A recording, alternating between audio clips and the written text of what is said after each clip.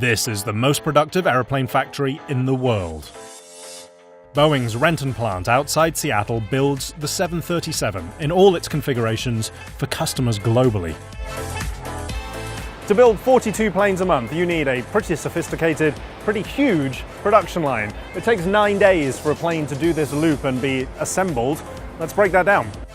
Boeing's built more than 9,000 737s since launching the single-aisle jet in the mid-1960s. And each one started life something like this, a hollow fuselage built in Wichita, Kansas, and hauled by train to Renton. Once that shell enters the factory, days 1 through 3 are really all about the internals. It's like building a house. First, engineers install the plumbing and electrics and the insulation. On the 4th day, the tube becomes a plane.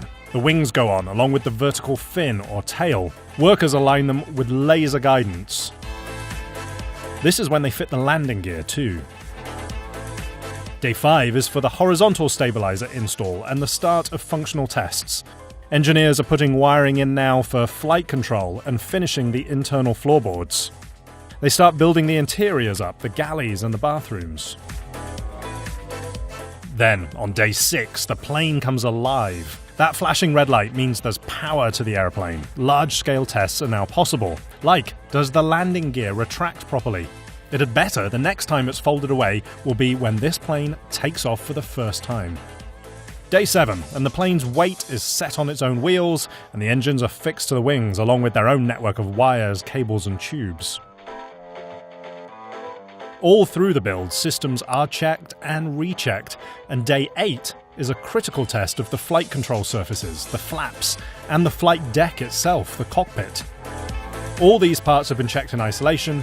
Now it's crucial they work together. The plane is nearing the end of the moving production line.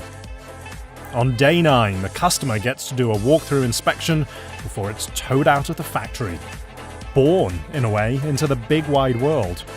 The next stop is Renton Field for ground tests of the engines and other systems. And then, first flight.